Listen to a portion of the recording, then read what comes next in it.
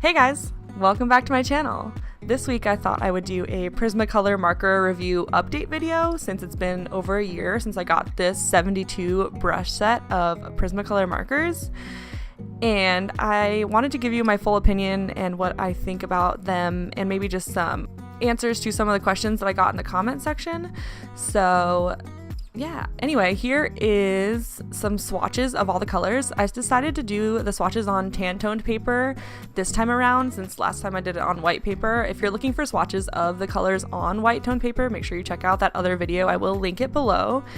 But I have been using these markers on tan toned colored paper and I really like the effect that they give because just on white paper these are a little too saturated for my taste, but if you put them on tan toned paper it really desaturates them to a level where they're more appealing in my mind and not so just like bright and in your face. So I've been using them on tan tone paper and really enjoying that look. So overall I would say that these markers are definitely worth purchasing. I have really enjoyed the look that they're giving me in my artwork and they're very juicy and definitely have lasted me a long time. I've only really run out of my skin tone colored markers, and the one I really like to use for skin tones on this tan tone paper is the light peach one. It's PB12 if you're wanting to go specific, but yeah, it's called light peach and I really like that one for skin tones. This whole bottom row here is great for skin tones. If you're looking for those darker browns, those are great for skin tones as well. And these markers are not refillable. Someone had asked me that in the last video, and but you can buy them individually. Just make sure you're buying the brush tip and not the chisel tip. I almost made that mistake when I bought a new skin tone. And I did want to show you what these look like when I use them in my artwork. So here are a couple pieces in my sketchbook that I've been working on recently. I really like the smooth effect that you can get from these markers. It's really great to add just like a base layer of this marker for your artwork and then go ahead and add colored pencil on top for detail and line work. And then I also use colored pencil for shading. And I really like the effect that that gives. It really makes your artwork very vibrant and gives it this really cool dual toned coloring that I don't think you can really get from any other medium.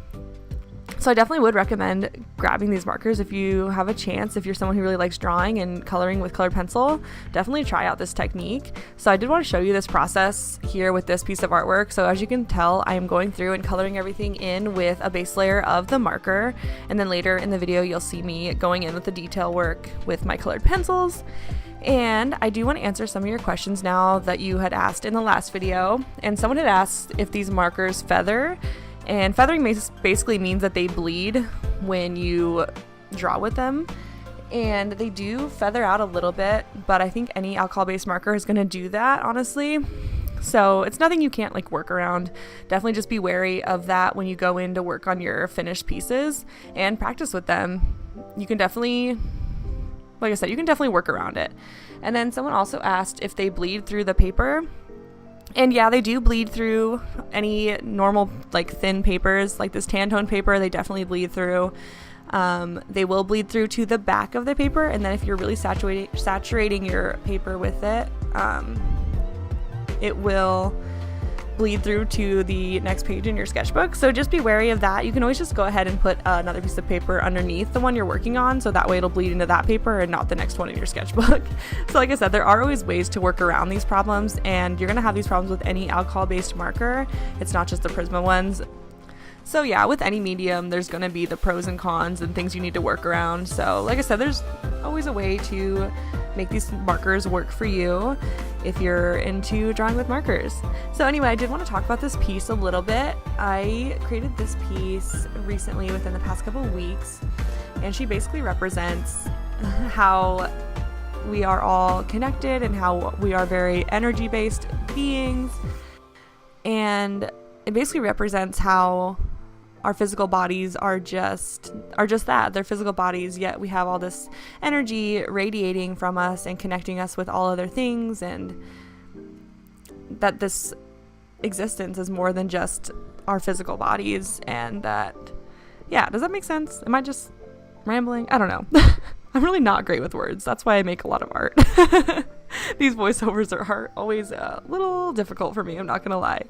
But yeah, I hope you can relate to this piece in some way or another, or if anything, I hope that seeing the process laid out can really help you and creating art with these markers, because I remember when I first got these markers, I was just kind of like, what do you do with these? Like, I'd seen other artists kind of use them, especially using Copics and whatnot.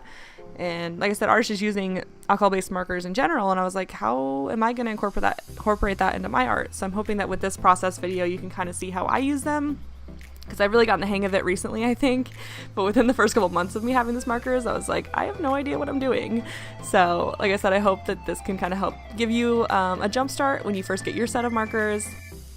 Basically, all I do when I am doing this technique is I go in and block in a large area with a base color of marker, and then I'll go in and add details and shading and highlights with colored pencils. And that's about it. It's pretty basic and self-explanatory, and you can kind of just see it here in this process video. And yeah, like I said, I really hope this helped, and if you have any other questions, please mention them in the comments down below, and I will try to respond as quickly as I can. I love to answer those questions and help you decide if you want to buy these markers or not. And I am thinking about doing a marker, coloring with markers, kind of like a tip video. So if you'd be interested in that, please let me know.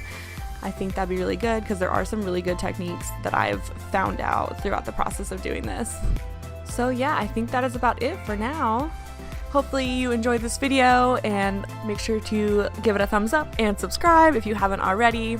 I really appreciate all of you that are subscribed, following, whatever, me already. It means a lot to me, and I'm excited to create more videos for you guys. So stay tuned, and I'll talk to you guys next week. Bye guys.